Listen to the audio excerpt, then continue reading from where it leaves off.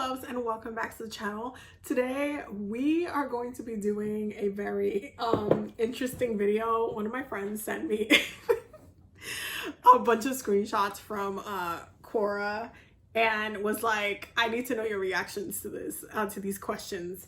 So I was like, okay, it'd be cute to like record it and share my reactions with you guys. So this is gonna be like a witchy questions on reacting to witchy questions on Quora, and like there's a lot. It's a lot. So we're gonna do a reaction video, and we're gonna start with the screenshots that I was sent. And if you guys want to see another one of these, just let me know in the comments. But we're gonna start with the first one. Okay, I really want to start practicing witchcraft, but my mom is super Christian. Can I manifest for her to allow me to practice and not say I'm going to hell? So no. And it's crazy because the comment right under somebody commented, like responded to that question and said, she's right, you're going to hell. My god, oh my god, cringy. So when it comes to this question, oh my god, first of all, you can't control someone to think differently. You can hope they grow, you can pray that they grow, but ultimately people have control and dominion over their own lives. Like, domination work is work, but you can't just manifest someone saying that you're gonna go to hell for practicing. But I hope that this person was able to, you know, even if they had to do like in the classic witchcraft or something like that, I hope that they were able to find their path, and like were able to, you know, practice their practice in some sort of way. But at the end, we cannot control what other people think of us within our practice. Like they're gonna have their crazy opinions. Okay, they're gonna go into the next one. Is tattooing blood magic? Okay, so this question is very, you know, it has nuances, but the key thing to remember when it comes to tattoos is that tattooing is part of an indigenous practice. It's an indigenous practice. It just got adopted by certain people to its popularity that it is today. But I do know of brujas, witches, who are also tattoo artists. And if you ask them to, you know, do a spell with your tattoo, they will definitely do it. And it includes, you know, as you're inking, that permanence that dives into blood magic, especially if you bleed during the process, which most of the time you do anyway. So it can be used for blood magic, but there is a permanence there, obviously, so keep that in mind. But it is not generally blood magic. It doesn't have to be, like indigenously it's not. Within its original practice, it's very cultural in the way that it's used traditionally. But can it be? Yes, it can be. Let's go to the other question. How do you know if you're a witch by blood? Okay, so how do you know if you're a witch by blood? So when it comes to, you know, lineage, you generally will know if you're a witch by blood, because a witch by blood means, well, I guess you can interpret it to mean a couple of different things, but generally it means that you have a lineage of spiritualists, witches, brujas within your like bloodline, within your ancestors, your family. Like there's a line that, you know, you can trace back the ancestry and be like, oh, where, you know, grandma, titi, nana, they you know, were always practicing, and they pass it down to their kids, and they pass it down to my mom, and they pass it down to me, whatever it is. That's traceable, generally speaking. It's something that you can speak to as, you know, it being part of your family lineage. There's certain things, certain practices, certain gifts that are also passed down by blood that don't necessarily inherently make you a witch, but there are certain gifts that just get passed down through the bloodline that can be used spiritually and are very spiritual in nature, but due to colonization and Christianity and everything, they don't always get classified as, you know, automatically being a witch. So you can get passed down within your lineage certain abilities and certain gifts, but you will know you're a witch by blood if you're looking at lineage, because you would grow up with your family and they would pass down those practices, right? If you mean like a witch by blood, like natural, like just somehow all magically knowing, like if you're a witch, everybody can kind of practice. It's really up to like where they're at within their own journey, and also their own soul's journey, because not everybody practices. Not everybody is meant to, not everybody wants to. Some people have different levels that they fall under, so it really depends on the spiritual practice in general. But a witch specifically, you will know by your family. Can you cast a spell to make someone fall in love with you or forget about another person they're currently dating / married to, parentheses, without using dark magic, parentheses, question mark? First of all, wow. Like, way to be a homewrecker spiritually. Goddamn. Okay. So can you cast a spell to make someone fall in love with you and forget the person they're currently married? You can do like attraction, you can do glamours, you can draw people in, there's different ways to kind of try to draw people in, but you also have to understand that when it comes to like marriages and certain things like that, it can be a little bit tricky, because one, you don't know what their partner practices. A lot of these questions are like, I want what I want, and what I want is what I want, and I'm gonna get what I want. But you don't know what the other person practices. You don't know what the person who is married, the married of, like, practices. You don't know what's going on. You don't know what their ancestors, like, if they're about to just be like, nah, you're not going to disrupt this. There's a lot of things that can get in the way of a spell like that. So can you cast a spell? Yeah, but I see it highly failing. You can do attraction, but ultimately consent is a big thing. If somebody is not really feeling you, whether they're married or not, if they're married and they're feeling you or they're not feeling you, you're just not going to get anywhere. So yeah, but without using dark magic, that was cute. That was I don't want to have to sacrifice something to break up this marriage. Y'all, that is cringy. Oh my God. Oh, that was cringy. Okay. Is it morally wrong to cast a spell to make someone fall in love with you? I feel like love spells and love workings are always something that, make people, it questions the morality and the, like, are you a bad person for wanting to, have someone fall in love with you in this way? I think the best way to answer it is love is way better when it is given willingly versus forced. Trust and believe it is. And so when it's willingly, it's so good because it is always going to be like given willingly. But when it is forced, when you try to force someone to attract or want you, you can make people think about you. You can make people like drawn to you. You can make, you can creep into their dreams and make them stop thinking, like not think about anything else but you and stuff like that. But in real life, like, if without all of those workings, are they really going to naturally love you? If you want a fake love, just say that. Okay, let's just say that. Is it possible to make someone fall in love with you without using magic? Yeah, it's called having a great personality. Jesus Christ, these questions. Oh my God. Okay. Do you think evil comes from the souls of unhappy ancestors of the person? Ooh, we're getting into generational and bloodline issues. Okay. Do I think evil comes from the souls of unhappy ancestors of the person? So there are different things, behaviors, habits that can be passed down through the ancestral bloodline. We talked about some of that before. And there are, blockages that can also be passed down through bloodline, because when it comes to family and building a family and passing down things, it is blood magic when it comes to, you know, you creating and having a child, and, you know, with another person, that's your DNA, someone else's DNA, and you're creating a whole nother human being. That is blood magic.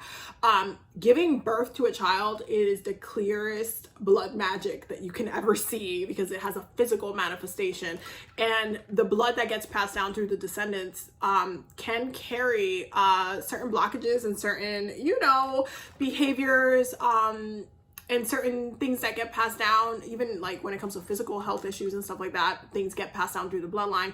So do you think evil comes from the souls of unhappy ancestors? Not all of it. You can't blame your ancestors for having certain thoughts or whatever.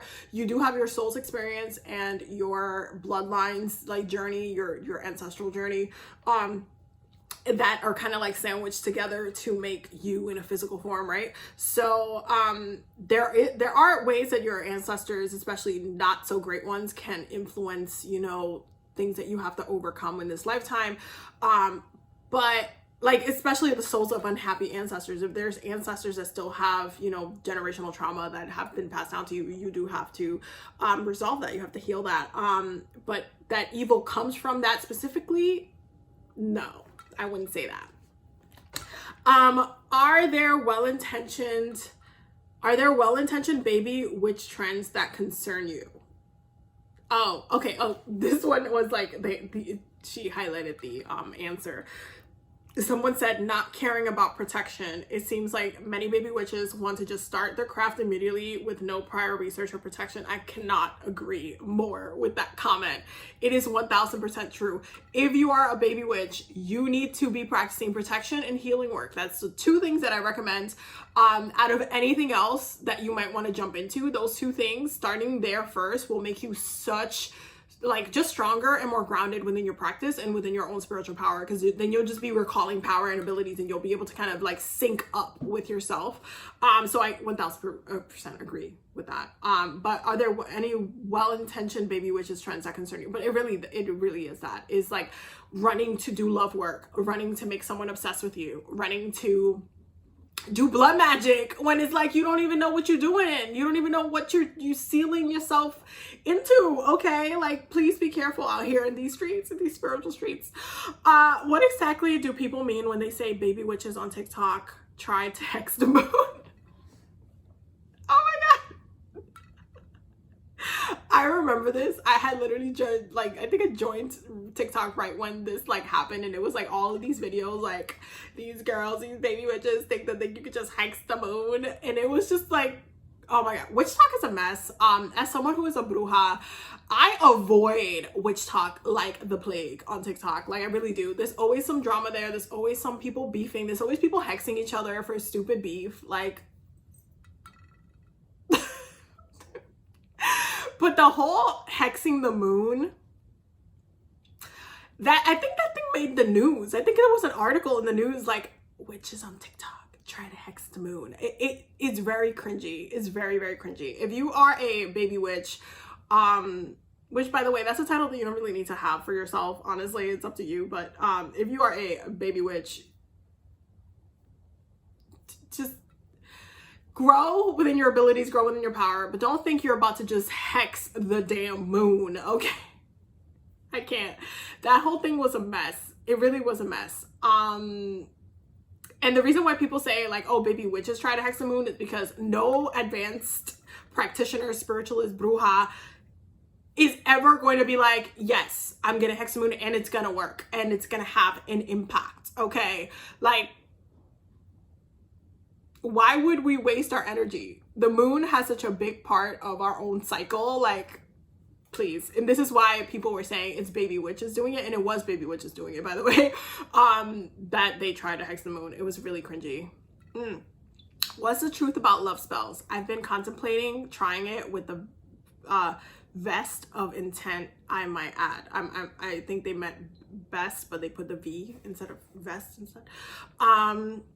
What's the truth about love spells? When it comes to love spells, people are very misconstrued about love spells. People like immediately run and think that it's domination magic, when love spells are actually can be so many other things. Love spells can be healing. Love spells can be like empowering.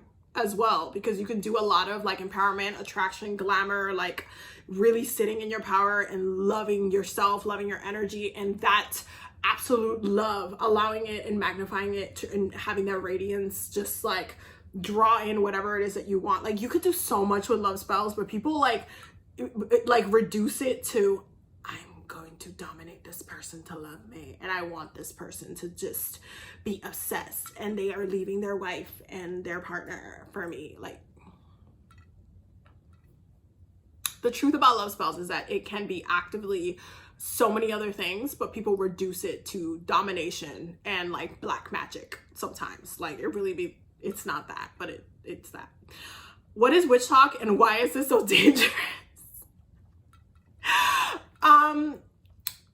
Witch talk is the witchcraft community on TikTok. Anything that ends with a talk at the end means that it's a community on TikTok specifically. So there's like crystal talk, there's like bruja talk, there's so many different types of talks. Okay, there just is.